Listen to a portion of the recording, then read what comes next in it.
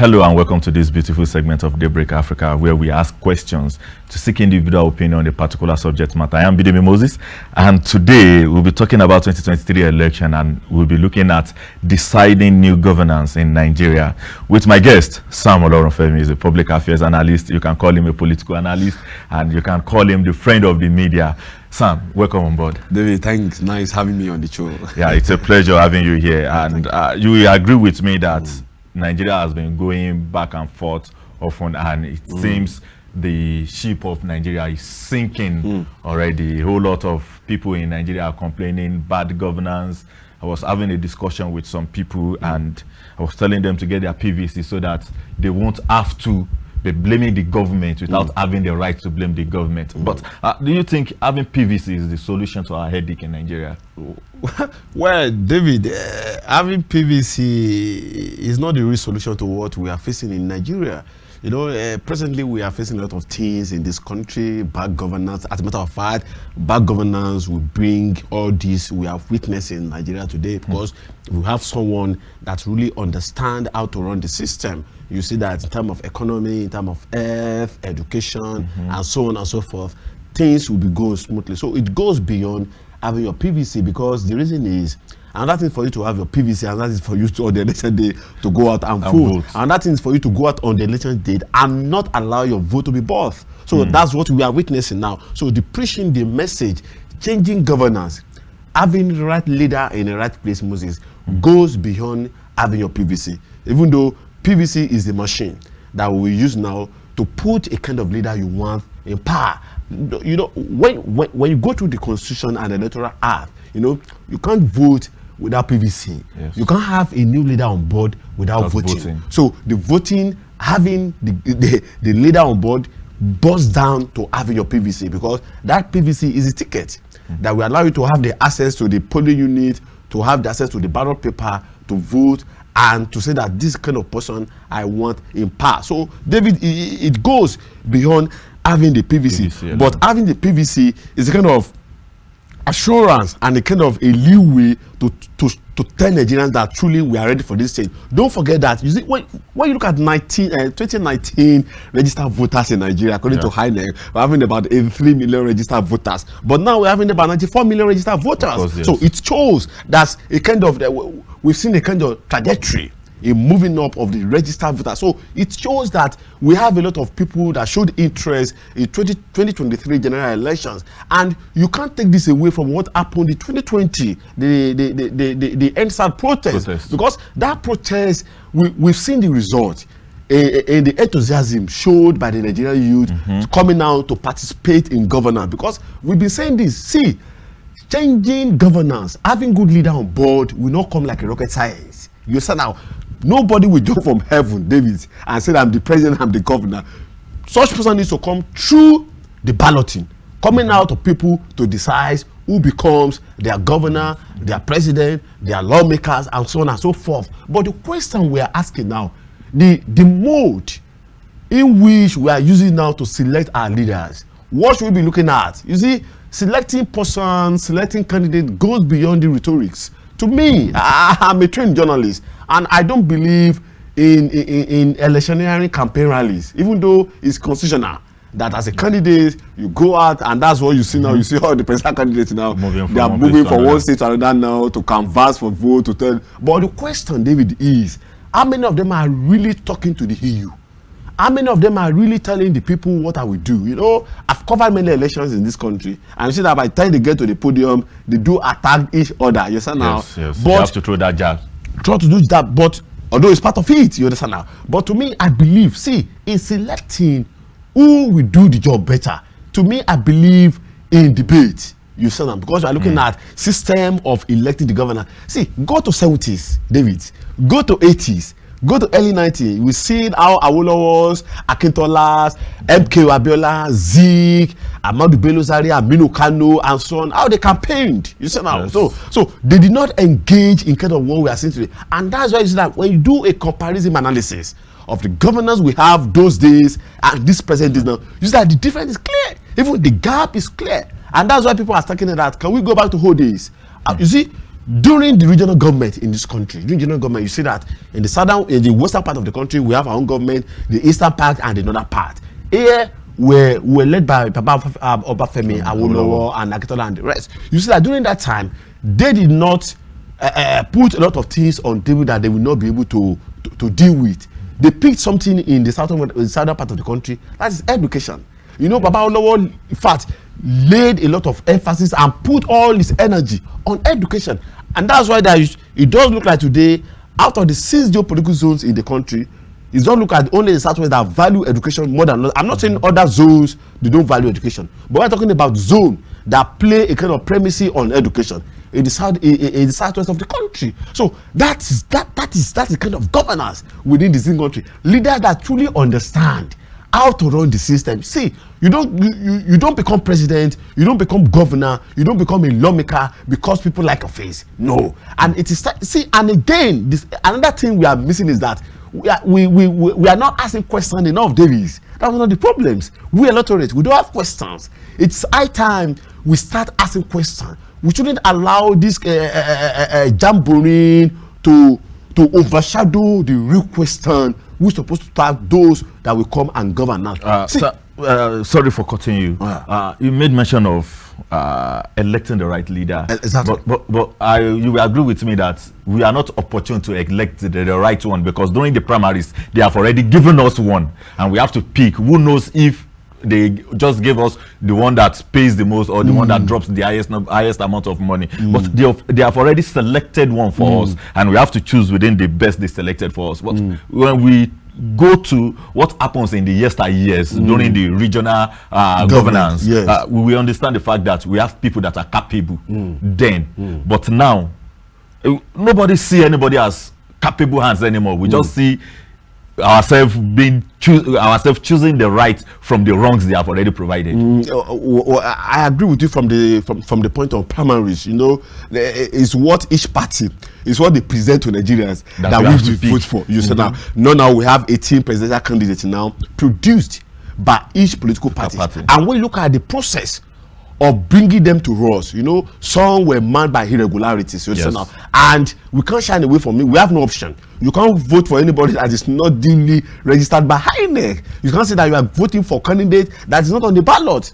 If we are casting our vote in next year election, we are casting for all the 18 presidential candidates. We can't cast outside the 18 candidates registered by political party. Yes, the problem is there. We can't shy away from the truth. This is primaries producing who becomes our flag bearer, who becomes our candidate, and so on and so forth. But Moses, we can right the wrongs from the primaries. We can right the wrongs. You know that at the primary level, you don't just have a candidate vying for a particular post. At least you have. In fact, that is the essence of primaries. Yes. Because when you have more than a candidate, maybe 2, 3, or 4, then we need to organize a primary for them. That at the end of the day, whoever we pick will be the one representing our political parties. Now, why I'm saying that we can correct the wrongs is that by the time Nigerians are trying, you see, these politicians, they are very wise.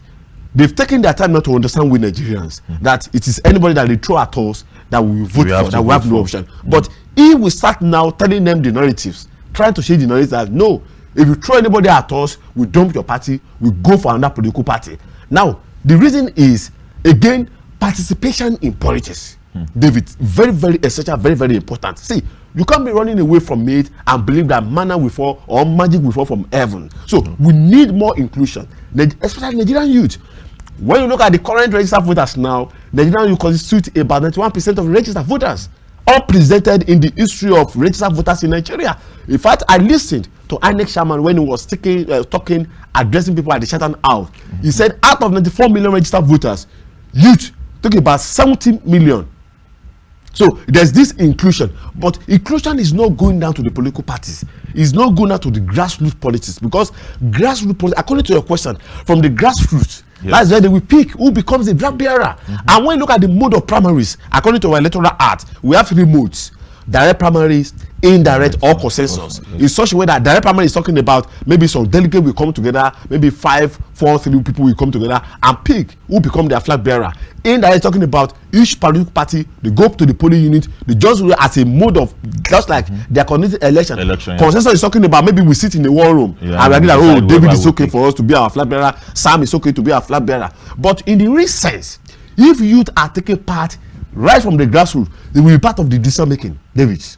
So the moment they are part of the decision making, they will stand their ground that we need to project a good candidate. Now look at the shenanigans that they play now within the 2 major political parties. I'm talking about the presidential candidates. They are attacking themselves, counter allegations about the fraud in the past, whether real or not. So we ought to have gone beyond that level. What we want to be looking at now, who will right the wrongs? Who will make our economy stable? Nigeria is still talking about 4 trillion debt in this country. 2013 budget will still be financed on debt. So it's high time we look beyond issue of tradition. It is a son. He has been in the party for so many years. He has contributed a lot in the party. So let's give him the ticket. But I think that is our major problem in this country. I was having an interview with a friend that is one of this strong stakeholder in the party in Kwara State, and he told me that I saw him vying for a post, and at the end of the day, he told me that he need to relax himself. I asked him why. He said he was told that it is not yet his turn. So when will our youth now be part of the process when you are telling them it is not yet their turn? Now another problem is how many of the candidates who are youth are having backing of the same youth. That's the problem. You see, you can't be talking about this without taking cognizance the power of the youth, the voting population of the youth. If the youth should go with the proportion of that particular number, I'm telling you, they have the final say in this election. And that's why the problem lies. They believe in this old tradition that we've been there before you guys. You don't know anything. And that was what led it to this issue of not too young to run. Yes. Before the constitution has not been fairing to we Nigerian youth as far as age limitation is concerned in the constitution. That if you don't attain this particular age, you can't vie for this particular position. But the emergence of Macron as a France president opened an eye to this, because it was after the emergence of Emmanuel Macron, the France president, that Nigeria, wow, at this age, becoming the president of this particular great nation. And when you are looking at G7 countries, one of the great 7 countries, France is part. And if a young guy now becoming the president, what happened in Nigeria? That was what led to not too young to run bill in the Federal Republic of Nigeria. And today now, when you look at 2019 general election, Davis, go and do the statistics. 1999, 23, 27, 211, 215, and 219. You will see that youth participation in 2019 election, I'm not talking about going for campaign rallies, pasting posters, vying for elective posts in 2019, higher than the way you have been participating from the past. So youth need to go down to the grassroots. If you go down to the grassroots and we have a kind of a powerful voice at the grassroots, you will see that by the time they are making decisions, who become the flag bearer, youth will be included. Youth will be part of decision making. But today, whoever they give us to vote for is the person that we vote for. And when you see that the combination now, we have no choice. We've been given 18 different people to vote for. So the choice is now left for we Nigerians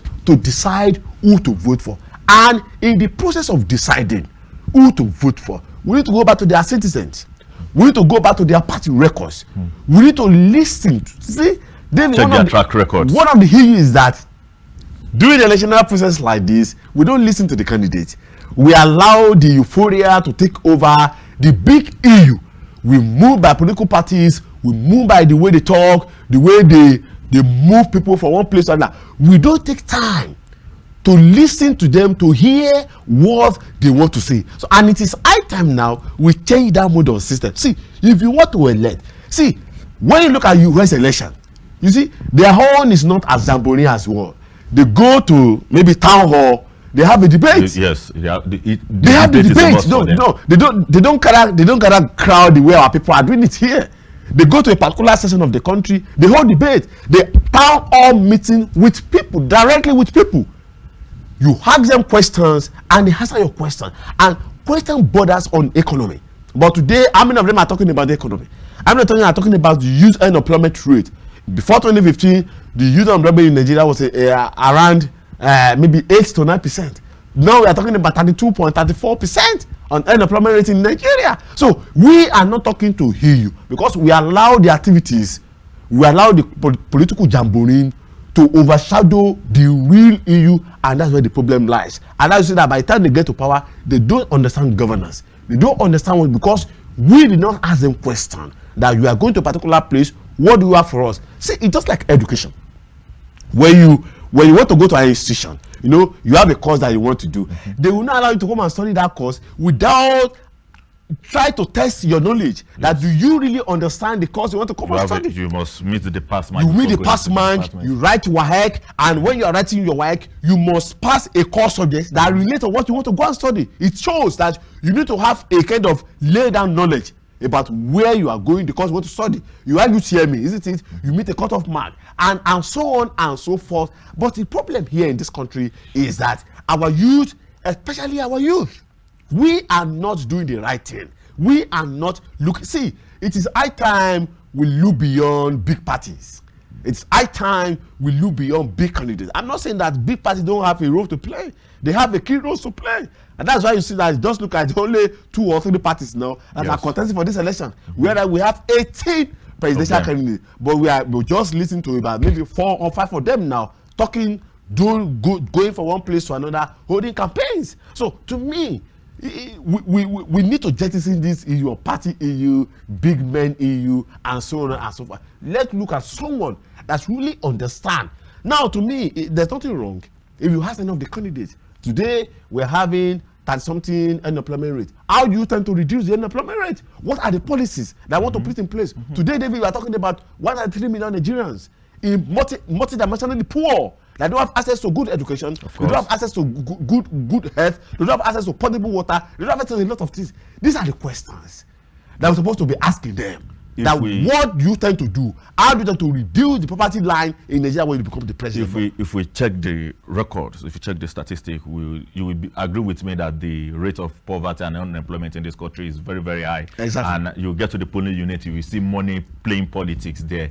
Do you think money is going to influence votes too in this 2023 election? Yeah, to some extent, David, it will. But I want to agree that with this new policy of CBN, you see, if you ask me, I will tell you that this the new policy introduced by CBN governor is a kind of process try to curb vote buy on the election day. But when you read through the CBN Act, they have the power to change the money, to change the color of money. But why is this coming this and deadlines the end of this month, the end of January? One way or the other, it will curb vote buy in the next coming election. See, when you look at this vote buying, David, vote buying is another adra-headed that we are facing in our electionary process. It's even worse than election rigging.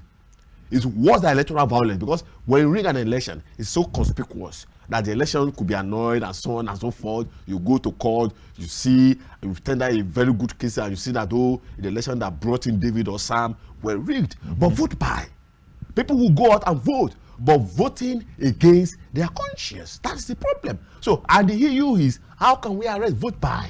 And the problem is the EU of poverty. See, to some extent, I can't blame those who are selling their votes. To some, although I'm not agree with it, it's bad and it's capable of pulling down our political structure in Nigeria. But I can't blame them. And the reason is, look at how much you are buying fuel now.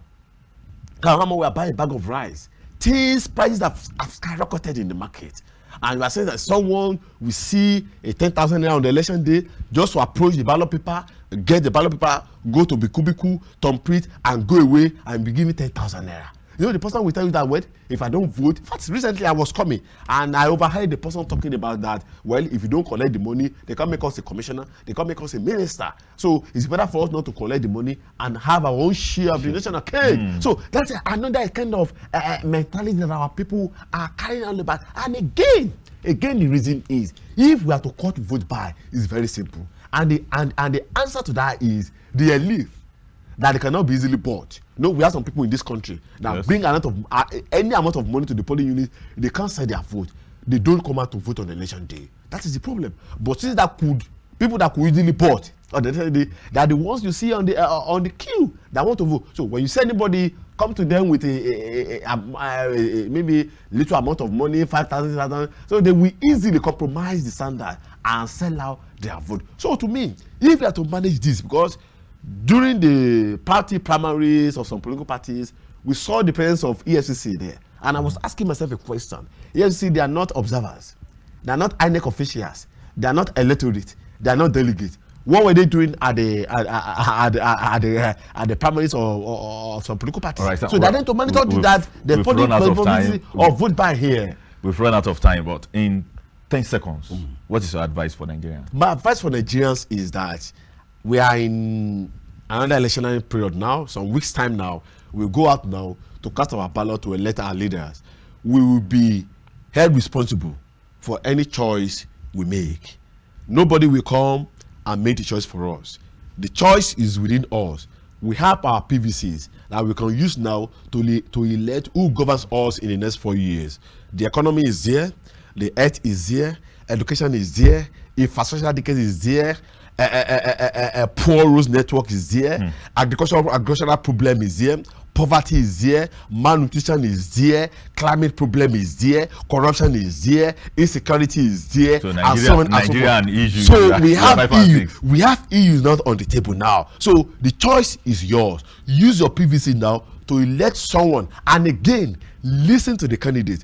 Don't allow them to use campaign now to cajole you. Don't allow them now to use big names now to hoodwink you. Listen to them, present to them these issues, and let them convince you that they are capable of doing it. If you made the right choice, wait for another 4 years. All right, thank you so much. I think I love that word. If you make the wrong choice, then we need to wait for another 4 or 8 years. I am Bidemi Moses, and many thanks to Sam for granting my interview today. Until I come your way some other time, please don't forget, your PVC is very important. Go out there and vote. Let them count your vote in your presence, and stop sitting at home saying your vote does not count. Bye.